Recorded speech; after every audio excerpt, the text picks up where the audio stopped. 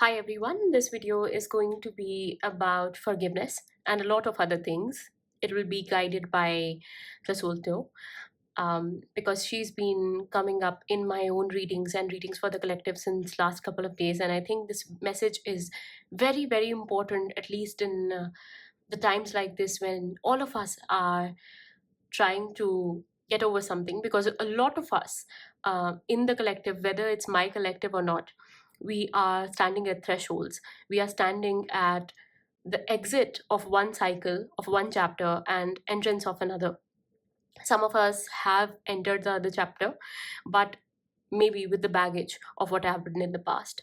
So if you find yourself stuck in some kind of chapter in your life which is just not ending, whether or not it relates to your personal relationships, say it relates to your business, say it relates to your health or relationships with your family, your friends, if it's stuck right there since last couple of years, no matter how hard you've been trying to get over it, if your dreams were broken in certain way, and you decided to get yourself back up, you decided to move on and move ahead, you kind of charted on, but still you feel that you've been stuck right there.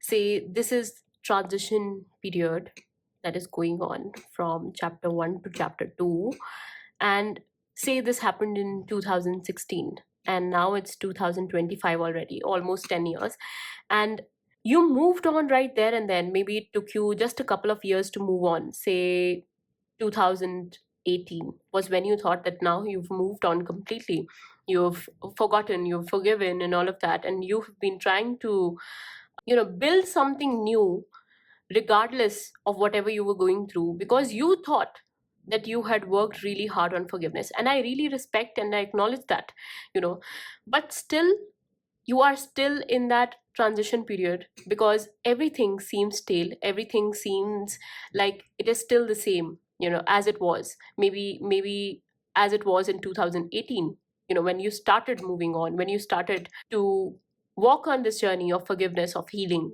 and of letting go. So this shows that this transition period ended up being longer than it should have, because this is your new chapter.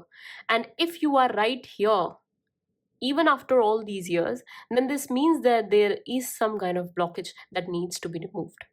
So this blockage is filth, and filth can be any kind of low vibrational emotion that we have is filth, whether it's feeling of lack, envy, jealousy, hate, sadness, fear, anger, and a lot of other emotions which are low level of emotions. Sometimes these emotions, they save us as well, which is why I've named my channel the ego friendly banter, because ego, it saves us as well, but we need to know when to use it to our advantage, because 99% of the time it is working to our detriment, it is negative for us. So we have to be very discerning in terms of removing this filth from our system, from our imprint as a soul, and from our relationships, not only with somebody else but with also ourselves, whether it's family, or whether it's our work, whether it's someone that we love, our children, and basically with every single thing in the universe. So this goddess, she's called as the eater of sinners. Her name translates to garbage in one of the languages, and I don't really rely on the guidebooks. I don't read them. I go only by intuition and whatever I have learned in my life. So the way that I understood what she stands for is that if she's called filth deity or garbage related deity, she stands for what is not garbage as well. Let's think of it this way. Whatever you think of, let's say kindness. Kindness in itself has the seed of not kindness, something that's not kind. Fear in itself has the seed of fearlessness, because no emotion whatsoever stands alone. So no emotion is worth being abhorred or worth being treated badly. We need to feel our emotions, we need to release them nicely, to understand them and to witness them while they die. We need to give them the respect when it comes to this forgiveness process, and I will come to that later. So similarly, if she is the goddess of filth or garbage, then she also stands for something that is not it, which means purification. Everything that's pure. She stands for that clearing and cleansing. So her story goes like that she lured people into committing crimes, especially men, and then they were completely forgiven as well. So this luring is what Matrix is all about. Everything is very glittery and everything seems to just trap us. Whether it's emotions, whether it's relationships, whether it's your success in your business or anything that seems to take you away from your true self, it is Matrix. It is Maya. It is the cosmic illusion. So whether it's a love where you don't feel completely yourself, whether it's career, whether it's relationships, whether it's your health, when you are not able to feel your true essence, you are operating in Matrix and you are operating through these lower level emotions, the ones that I talked about. So the process of forgiveness goes way beyond just forgiving somebody. It goes way beyond the externality of it because it starts from within. It starts from you yourself, from not letting this matrix lure you. And also, I want to be very clear that all these emotions, all these things, these relationships, these experiences, the ones that we go through, they are a part of the matrix as well. I don't want to call it matrix because it's very, I think, westernized word. Let's call it Maya for what it is. Maya is the cosmic illusion. We call it the cosmic illusion of Sri Hari in Hinduism. So all these experiences, they breed karma or they happen because of karma. And as long as you keep yourself trapped in this karma throughout, you are not able to exit the matrix. So when you are not forgiving somebody or yourself, you are constantly keeping yourself in that loop of suffering. So even if you think that you've forgotten and forgiven somebody, there has to be some inkling, even if it's like a little bit within you, to receive an apology, to receive an answer about why it happened to you, why somebody did that to you, or say closure. So most of the times when we are not able to forgive ourselves or somebody, it's this. It's because of this. The process of forgiveness has to start from the fact that one, karmic lessons may or may not offer closure. And sometimes it is important for you to not get the closure because that is what your lesson is. Because you are much, much bigger than these answers that you seek. Let's say someone cheated on you. They cheated. You were broken. You were completely, shattered. You've forgiven them, or that's what you think. You've forgotten them, or that's what you think. And there's still this inkling which says, why me? It can be in relationships with parents as well, or with your career. Your business can get tanked completely. You built maybe $1 million worth empire and then it was gone within a night. And this why me is bigger problem than cheating or shattering of your business. Because here you are not able to understand that this is where the Rinanubandha ended. So Rinanubandha means Rin, it means debt, karmic debt. This is where it ended. The amount of money that your business has to give you, or the amount of love someone has to give you, or the amount of peace some relationship has to give you, it all comes because of this karma and how much of it is written in your destiny from that particular thing. It does not mean that you will not get that again. It just means that from that particular entity or thing or business, that was the amount that you were supposed to get. And there are reasons for it based on our past lives.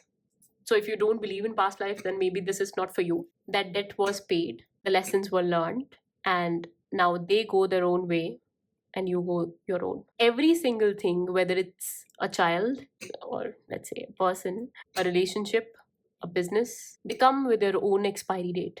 And we often forget this. It reminds me of a very nice story of Yudhishthir.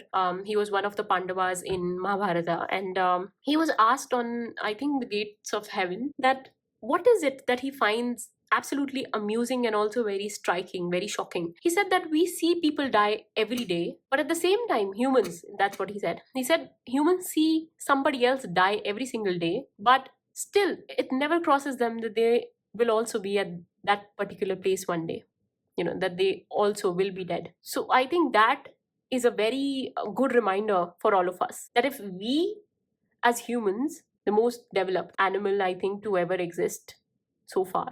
That's what I meant. Also comes with an expiry date. These are the things which are meant to give structure to our life on earth. But they are not it. They are not everything.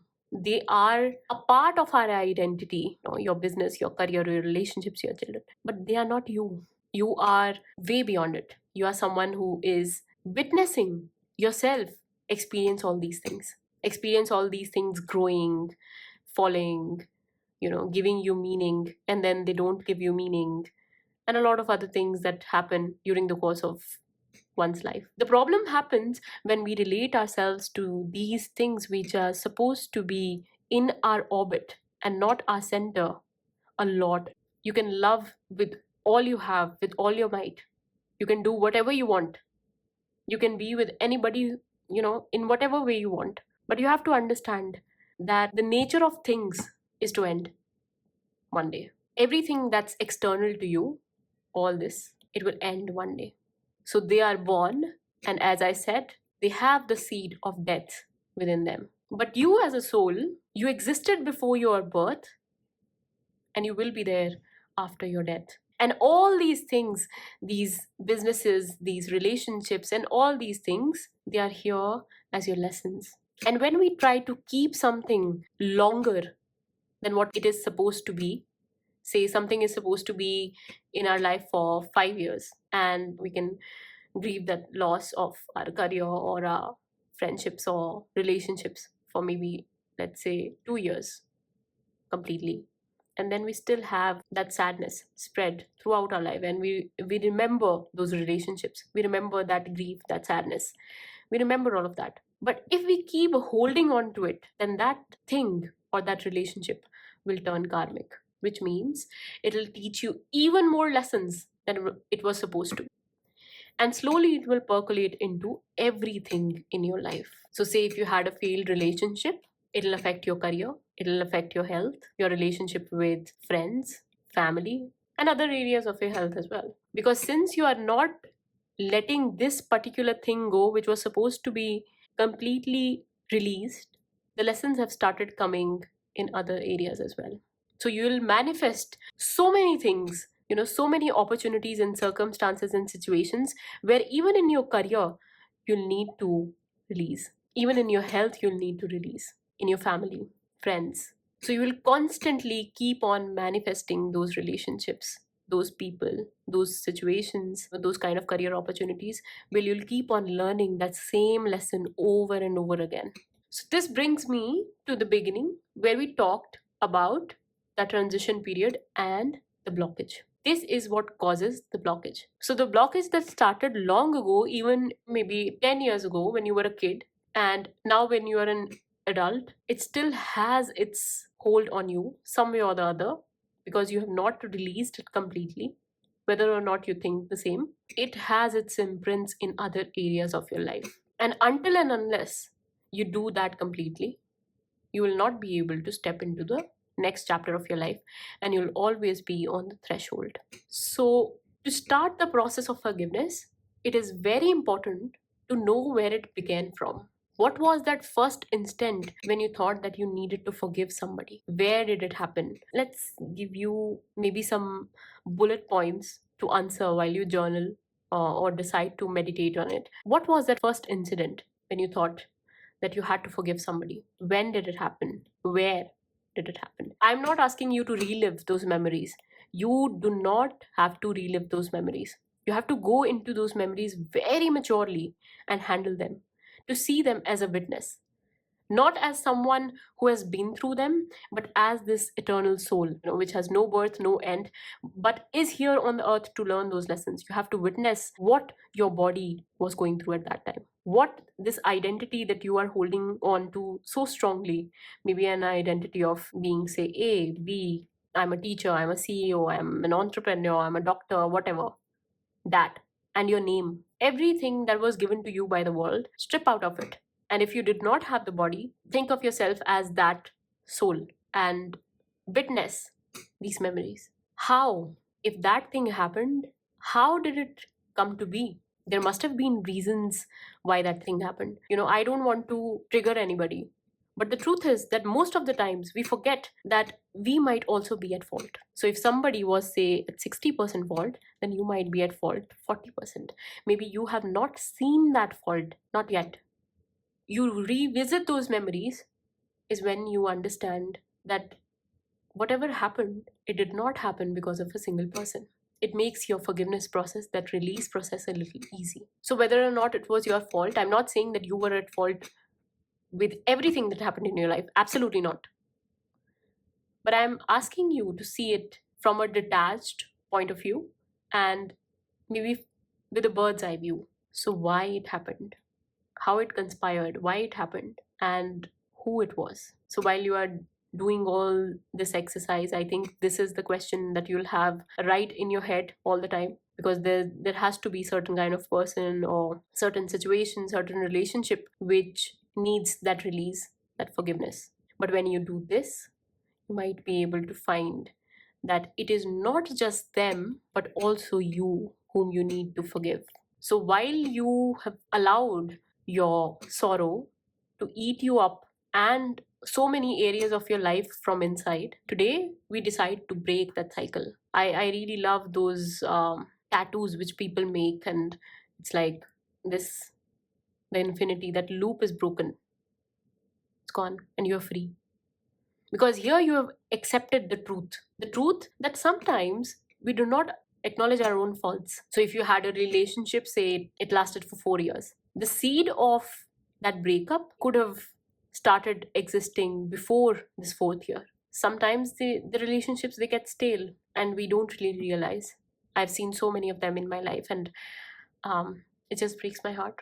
And even if, say, you were not at fault, sometimes the reason that we need to forgive ourselves is because we carry this subconscious guilt of not being able to forgive. We get into all those practices, maybe spirituality, we go to therapy, we do yoga, we read books, we become master in all those concepts. We start sharing them as well. But when it comes to practice, no matter how hard we try, that pain, it comes, one day or the other. Sometimes when we are lying in the bed, and sometimes, when you are right in the middle of something really important, it just washes you over, like sorrow washes you over, and um, leaves you wondering where exactly it came from. That is from your subconscious, because it has not been released completely. It's like right there. So one, you've not forgiven, and now you also carry the guilt of not being able to forgive because you have all this knowledge. And maybe now we have made our identity around being this very wise spiritual person, and we carry that identity around with us. So everything together, it starts working to our detriment. First, we need to forgive ourselves, because we don't have to judge ourselves harshly. You decided to do whatever you could at that very moment to release that pain, to release that sorrow. Or you could have fallen into traps of some negative things, say some addictions. It's okay. You were trying to escape. My addiction was binge eating, and I had put on a lot of weight. I'd become really, really unhealthy. That is when I realized that since my body was unhealthy, I was not able to study well. I had frequent attacks of migraine. I started getting panic attacks, psychic attacks, and anxiety attacks. I was not able to meditate as well. I was not able to leave my house. So all of us have different kind of coping mechanisms. Some people have these maladaptive coping mechanisms. They keep on daydreaming the entire day. So you know what I'm talking about. Some people bury themselves too much into work, and they forget that anything except work exists.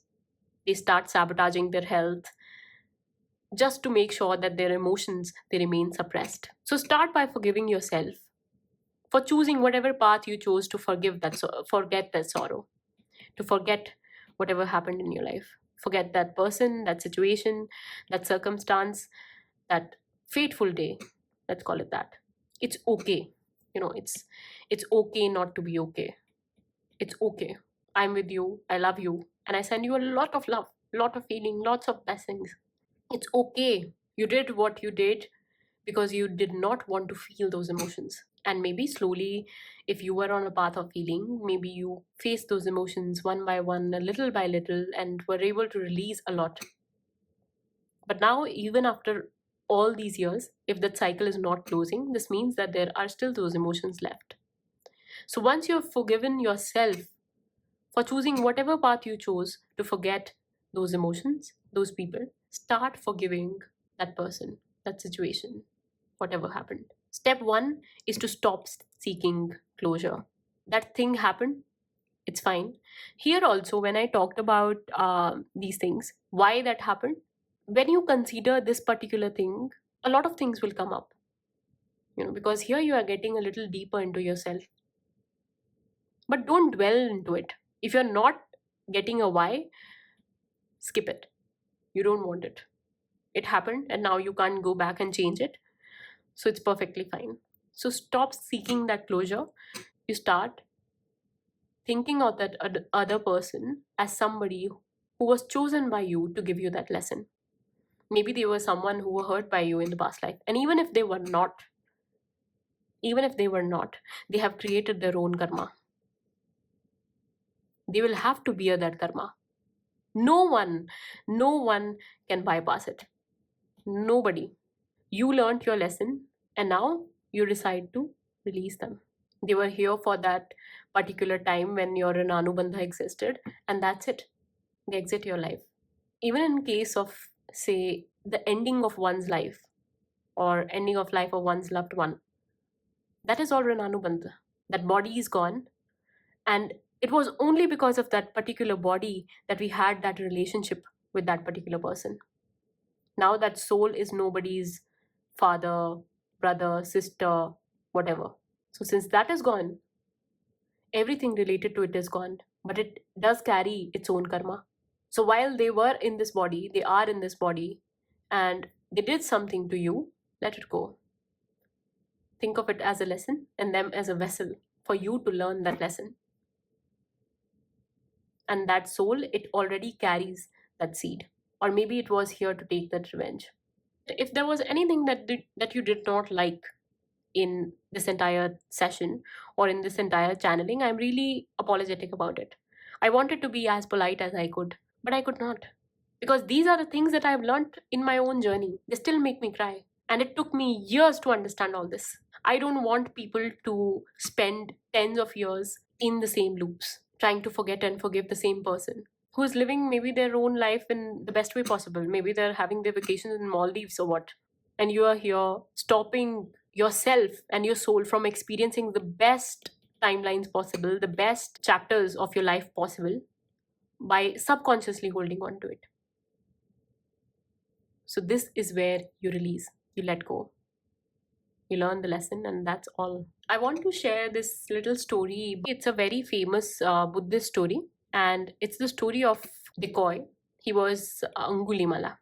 Angulimala was a brilliant student. He used to excel in his education. He was loved by the teacher. Saying goes that when he was born, every weapon in their city, it started shining. And there was a constellation which was formed in the sky in the form of a dagger or something like that. And the minister whose son Angulimala was called by the king and asked that he observed some weird phenomenon and what it meant. The minister, who was aware of the fact that whenever this happens, a child who is born is supposed to be someone who kills a lot of people. He said that today my son is born, and if this omen is to be believed, he is supposed to kill a lot of people. And if you allow, I can unlive my son. The king says, I don't believe in these omens. Bring him up well, and if he's brought up well, then he will not learn those sanskaras of killing and all these things. That is what the minister did. Angulimala grew up, and as I said, he was a brilliant student. There was no one like him at all. Then one day, when teacher got to know from Angulimala's peers, and it was a lie, by the way, that Angulimala had some kind of relationship with his wife. And there are many versions to this story, but this is the version that I read in a book. And the teacher was anxious and angry. And in other versions, they say that Angulimala was trying to usurp the teacher's seat, become a better teacher. And his real name was Ahimsaka, by the way. It means the non-violent, basically someone who promotes and is the proponent of non-violence. So the teacher, because of his jealousy or say fear, he said that in order to prove his worthiness, Ahimsaka has to do a certain thing. And the result will be that Ahimsaka will be able to get a psychic power or some kind of mantra which will be able to revive people. So, what the teacher said is that Ahimsaka has to go around and bring 999, and in some stories they say 1000 fingers after unaliving that person. So once the person is unalived, he'll bring those fingers back and he will get this potion or this mantra which will help him heal people and revive them. So he thought that even if they get unalived, he'll be able to heal them and get them back to life. And given that he was such a good student, he decided to go ahead with it. But he was Ahimsaka. He was brought up as the most non-violent person to ever exist during that time. But since his teacher said this, he went ahead. He found first couple of encounters very difficult, but slowly he started becoming more and more violent. That violence, it started taking root in his heart. So as he unalived more people, he started collecting more and more fingers, and they would just wither away and the flesh will start smelling. So what he did was, he used to extract the bones out and let them dry in the sun, and he made a garland out of it. That is what he wore, which is why he's called Angulimala, finger and a garland. So he started wearing this, and villages of villages, they started fearing him. When he reached the 999th finger, there was nobody, in that village, because everybody had already fled when they got to know that he was here. He was sitting on a branch of a tree, and the village that he came to after all these years, it was his own village. And his mother, who was Mantani, she came to know about it. But a mother is a mother. She told her husband that she knows that this demon is nobody else but her son. And without telling him, she went to the village to see her son, because it's been, a long time since she saw him. She went. He was there on the tree, but now he had been corrupted by that non-violence and hate and, all that so much that he did not really care that it was his mother. And Buddha, in his characteristic way, he just knew what was about to happen. And had that happened, he would have committed one of the biggest sins as per Buddhism, as per Hinduism, and maybe as per other religions as well, of unaliving one's parents. So Buddha manifested before Mantani did in that same forest, and he went ahead while this demon, he followed him from behind. But Buddha had a siddhi. He had a lot of siddhis, by the way, a lot of psychic powers and everything. Even if Angulimala tried his might, to run after Buddha, distance would still remain the same. And Angulimala, he was very tired. He shouted, "Stop!" That is when Buddha turned around and said, "I've stopped. It's you who needs to stop." And that particular thing changed Angulimala completely. It changed how he looked at the world. He knew what was happening. It's as if it awakened him. And here Buddha was not talking about stopping this chase or stopping, just the non-violence. Here it was stopping the ignorance, the anger, the hatred, malice, jealousy, all these negative emotions that had gripped him so bad. So he decided to become a disciple of Buddha. He became a brilliant, brilliant monk. Since the monks are supposed to sustain only on alms that they get from people, from householders, he, along with a lot of other monks, used to go around villages seeking alms. But since people knew that they had lost so many of their family members because of this particular demon, or let's say former demon, they did not give him any alms. And he would, remain hungry for days. They threw stones at him. Some tried to unalive him as well. But he did nothing. He gave no reaction at all. I hope I'm not getting boring, but there's a brilliant part that's coming after it. He stopped giving any kind of reaction. No reaction. It was not passivity. It was intentional inactivity. Passivity is, I think, cranker of the soul, and we don't need that in our lives. That's not why humans are here for. He was intentionally inactive because he knew that he had created all that karma, which is bringing upon that harm. But once he doesn't react, that karma does not turn into a loop. The loop breaks. So this not only frees the other person from creating even worse karma, but also you from hurting. This is how he became one of the most, like, the well-known monks. But one thing which most people don't talk about is that many years ago, many moons ago, before the Ahimsaka turned Angulimala, there was a huge sea turtle, a large sea turtle, and so many fishermen, they were stuck on one island once. 999 fishermen were stuck on an island. And this turtle, pardon my drawing, it just happened to pass from that island, like across that island.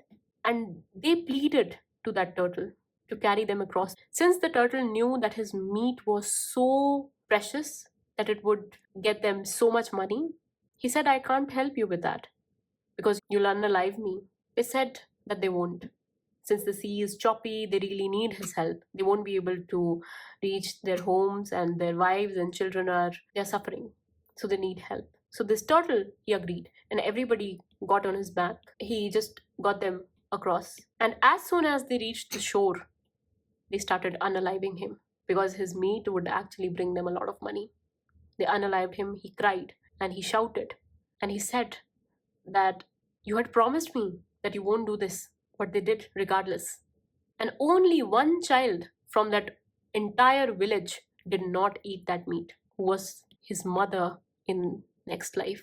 So this sea turtle was cut into different pieces, and they were distributed among 999 people, who were the people Angulimala unalived in his next incarnation.